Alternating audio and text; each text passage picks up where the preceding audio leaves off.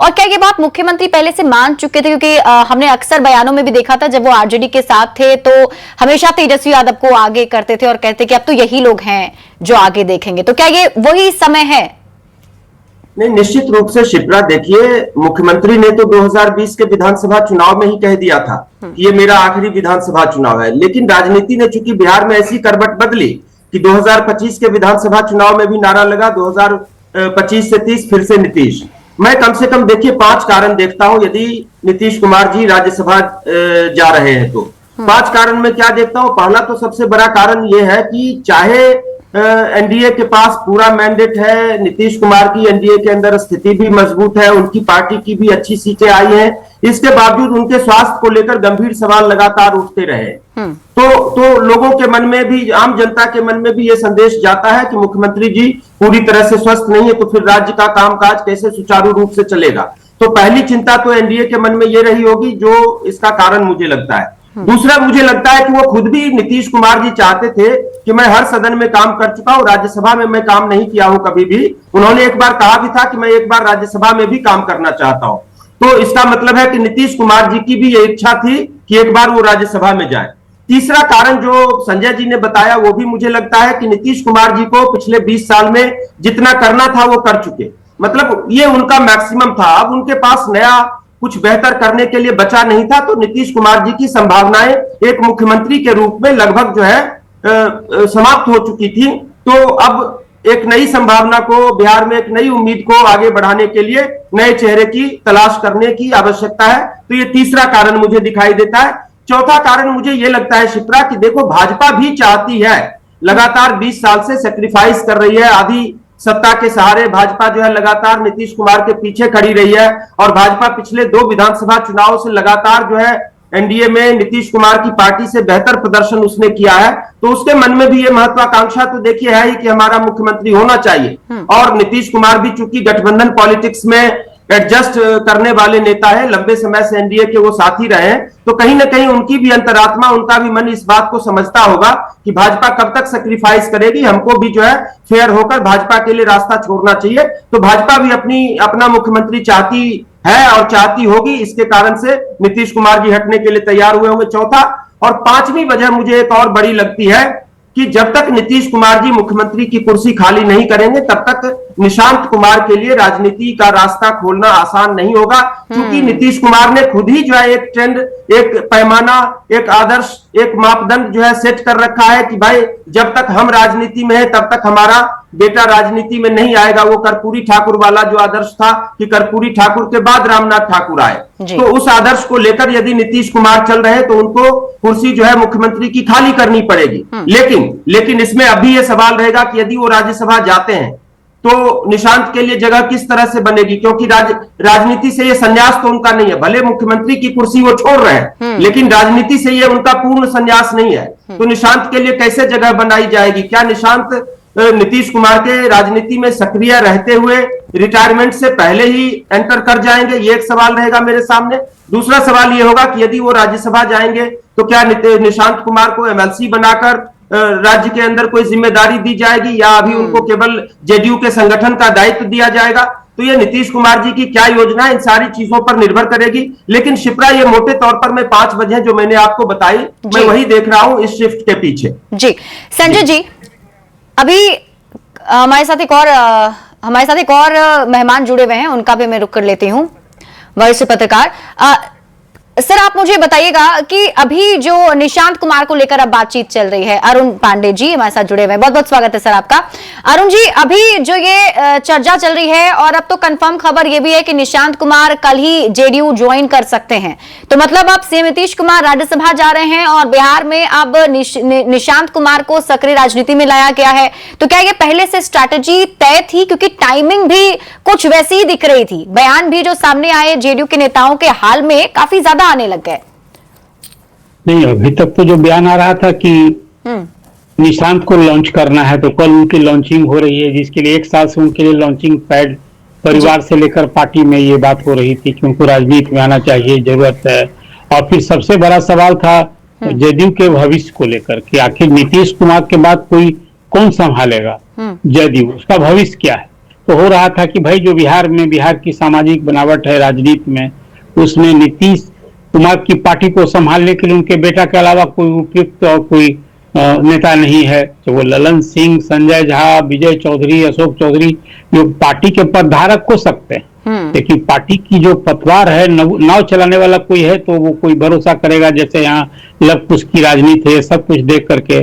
और अब तो एक सवाल हुआ कि निशांत को सक्रिय करना है, कल 11 बजे बजाता समारोह पूर्वक वो पार्टी इसमें शामिल होंगे। और अब तक तो चर्चा थी कि वो कल ही राज्यसभा के लिए नॉमिनेशन करेंगे।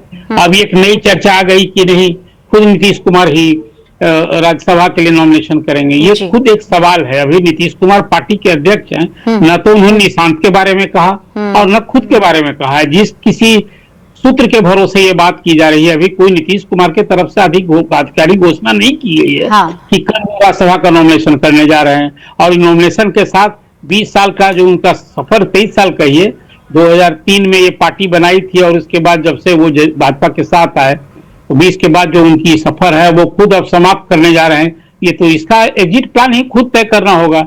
और राज्यसभा में जाएंगे तो राजनीति से तो अलग होंगे नहीं। फिर बेटे को कल यदि सक्रिय राजनीति में ला रहे हैं, चाहे वो पद में संगठन में दें, तो एक तो नीतीश कुमार जी वैसे क्योंकि आप कह रहे हैं कि अभी जी मैं ये कंफर्म, क्योंकि आपने अभी ये बात कही कि अभी कंफर्म नहीं हुआ है कि वो राज्यसभा जा रहे हैं या नहीं जा रहे हैं, ये जेडीयू की तरफ से नहीं कहा गया है। लेकिन न्यूज 18 को जो सूत्रों के हवाले से जानकारी मिली है, और अब सूत्र भी नहीं, अब तो ये कंफर्म हो चुका है कि नीतीश कुमार राज्यसभा जा रहे हैं। चलिए, आपके सूत्र को मैं सैल्यूट करता हूं। कल वो जा रहे हैं, ये तय हो गया। लेकिन अब सवाल है कि खुद नीतीश कुमार ने अपना एग्जिट प्लान तय कर लिया। लेकिन एक बात जो थी कि अपने राजनीतिक जीवन में परिवारवाद को परिचय नहीं देते, यही एक पूंजी उनकी सबसे बड़ी थी। दो चीज जो इतने लंबे समय तक सत्ता में रहे तो भ्रष्टाचार का सीधा आरोप नीतीश पर नहीं लगा, परिवारवाद नहीं किया। तो कल बेटा को लॉन्च कर रहे हैं अपने जीते जी, तो ये की भी छवि उनकी छीन जाएगी कि बिहार में जैसे लालू प्रसाद, रामविलास पासवान, जीतन राम मांझी सरीखे जितने नेता हैं, कोई पार्टियां छूती नहीं है परिवारवाद से। तो नीतीश कुमार भी उसमें शामिल हो जाएंगे। एक सवाल ये होगा, संजय जी, दूसरा सवाल होगा, दूसरा सवाल ये होगा कि सीएम कौन होगा। एक सवाल अभी आपने चर्चा में जो बात पूछ भी रही थी, तो सीएम कौन होगा, तो ये दो ही आदमी बता सकता है। वो प्रधानमंत्री बनाएंगे और अमित शाह बनाएंगे। उनकी झोली से और उनके बस्ते से किसका नाम निकलेगा, जिस ढंग से बीजेपी तय करती है, उसमें कोई आज सम्राट चौधरी नेता है वही होंगे, तय नहीं है कौन होगा। अभी तो वही दो आदमी तय करेंगे। अभी कोई सामने फलक पर दावा नहीं कर सकता है कि हाँ ये कोई वही होंगे। अब एक सवाल ये है कि ये जो एक बड़ा बदलाव है, इसके बाद फिर राजनीति में एक नई सियासत जो अभी होगी, उसमें क्या बीजेपी में भले प्रचंड बहुमत एनडीए को मिला है, लेकिन उसमें जदयू में कितने विधायकों को ये इस तरह का दल बदल। अभी तो मैं देख रहा हूं कि नीतीश कुमार के राज्यसभा में जाने के साथ जो उनका पदत्याग होगा, कम से कम 16 को रिजल्ट आएगा, 14 दिन के अंदर उनको पदत्याग करना होगा। उसके बाद चुने जाने के बाद ये जो परिस्थिति होगी, जदयू का जो रैंक एंड फाइल है उसको किस हद तक कबूल होगा, उसकी अकुलाहट होगी। सामाजिक जो बनावट है, जो जदयू का आधार वोट है, वो बीजेपी के नेतृत्व को और नीति को स्वीकार कर लेगा आसानी से। देखिए, कई बातें अभी बिहार को देखनी होगी। दूसरा है कि लालू प्रसाद के राजनीतिक काट में बीजेपी ने नीतीश कुमार को क्यों बढ़ाया। सिर्फ ये सवाल था कि पिछड़ों की गोलबंदी को तोड़ने के लिए नीतीश कुमार को एक चेहरा बनाया था। तो ये इतना बड़ा बदलाव जो कल होने जा रहा है, इसलिए मैंने आपसे कहा कि कल नीतीश कुमार यदि राज्यसभा का नॉमिनेशन करते हैं तो बिहार में अभी कई सारे बदलाव और कई सारे चीज आपको देखने को मिलेगा। बिल्कुल, संजय जी भी मेरे साथ बने हुए हैं। संजय जी, इसको अगर हम ऐसे समझें, जैसे कि अरुण जी भी इस ओर इशारा भी कर रहे थे कि बहुत बड़ा बदलाव के तौर पर ये जरूर देखा जाएगा, और अभी कह रहे हैं कि पावर ट्रांसफॉर्मेशन वाली एक बात जो है अब वो देखने को बिहार में मिलेगी। लेकिन अब सवाल वही है कि अगर सीएम यहां से जाएंगे, सीएम पद खाली होगा, तो नया सीएम कौन आएगा। और ये भी सवाल है कि क्या वो जेडीयू से होगा, बीजेपी से होगा, क्या लग रहा है आपको? चाहता हूं, ठीक है, वो प्रधानमंत्री हैं, अमित शाह जी गृह मंत्री हैं और बीजेपी काफी मजबूत स्थिति में है। लेकिन विधानसभा चुनाव के पहले अमित शाह जी एक खास अपने लोगों के बीच में बैठ करके बोले थे कि अगर नीतीश कुमार जी मुख्यमंत्री नहीं रहेंगे तो जो भी मुख्यमंत्री होगा बिहार में, वो नीतीश कुमार जी के इच्छा से ही होगा, या वो जिसको पसंद करेंगे उन्हीं से होगा। तो जितनी सीटें हैं जेडीयू को, मुझे नहीं लगता है कि बीजेपी सिरे से नकार देगी जेडीयू को। और चूंकि राज्यसभा में ये चाह रहे हैं, इस वजह से बीजेपी कोई अपना मुख्यमंत्री का उम्मीदवार डाल देगी और जेडीयू इसको एक्सेप्ट कर लेगी, ऐसा नहीं होगा। सबकी सहमति से ही मुख्यमंत्री का कोई चेहरा होगा। और बिल्कुल इससे मैं सहमत हूं कि बिहार का जो सामाजिक बुनावट है, बिहार की राजनीति में जो चीजें चलती है, उसमें वो चाहे पिछड़ा हो, अति पिछड़ा हो, दलित हो, इसी चेहरे पर चाहे जेडीयू हो चाहे बीजेपी हो, दोनों लोगों की सहमति बनेगी और वैसे ही उम्मीदवार को बतौर सीएम की जिम्मेवारी बिहार की दी जाएगी। फिर मैं एक बात बता रहा हूं कि चूंकि नीतीश कुमार जी के विजन को लेकर के लग रहा था कि एक ठहराव की स्थिति है, और उस स्थिति में बीजेपी और एनडीए में सब लोगों की, सारी पार्टियों की सहमति थी कि लग रहा था कि केंद्र में नीतीश कुमार जी को कोई जिम्मेवारी दी जा सकती है। बिहार में नीतीश कुमार जी के पुत्र डिप्टी सीएम तक की बात आ रही है कि निशांत को न केवल संगठन में जिम्मेवारी दी जाएगी, अगर केंद्र की राजनीति में या केंद्र में कोई दायित्व अगर नीतीश कुमार जी संभालेंगे तो डिप्टी सीएम की भी जिम्मेवारी सरकार में निशांत को दी जा सकती है। और ऐसा नहीं है कि वो तेजस्वी जी को डिप्टी सीएम की जिम्मेवारी जब दी गई थी तो उनकी उम्र और उनका कोई राजनीतिक अनुभव बहुत था। तो इस तरह की चर्चा चल रही है जिसमें इन पर परिवारवाद का भी आरोप न लगे और एक लॉन्चिंग भी हो संगठन में भी, कि पार्टी को भी बचानी है और साथ साथ चूंकि जितने विधायक जेडीयू के जीत करके आए हैं उसमें सरकार में भी एक महत्वपूर्ण भूमिका।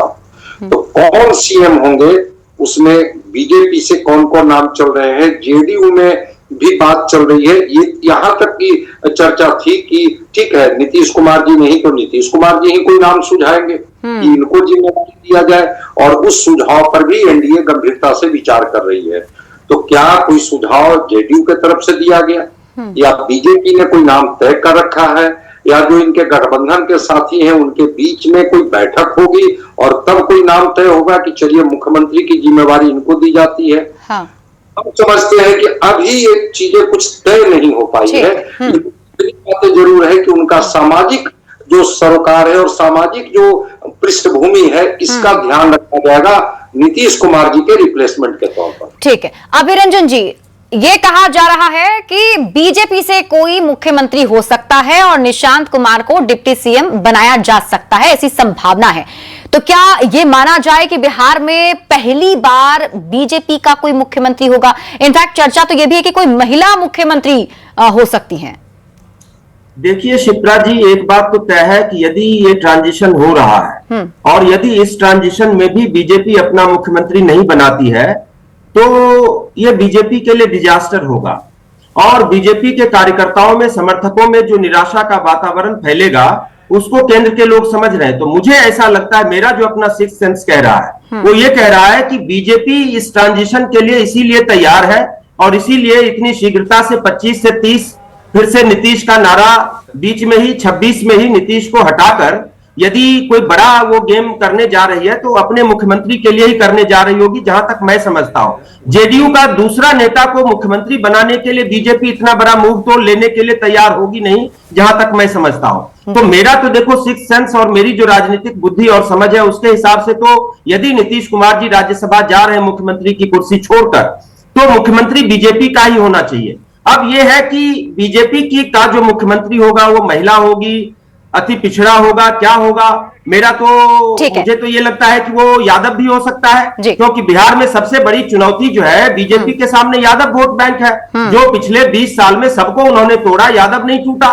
दूसरा यह है कि अभी सवर्णों में बहुत भारी नाराजगी है यूजीसी कानून को लेकर, तो क्या किसी सवर्ण जो सामान्य वर्ग के लोग हैं। अभिरंजन जी, मैं आपको माफी के साथ अभी रोक रही हूं। अभी एक छोटे से वक्त का ब्रेक का वक्त हो चला है। मैं वापस आप लोगों से फिर से इस कन्वर्सेशन को आगे कंटिन्यू करूंगी। यहाँ एक छोटे से ब्रेक के लिए रुक रहे हैं लेकिन जल्दी लौट रहे हैं। न्यूज़ 18 बिहार झारखंड के साथ बने रहिए।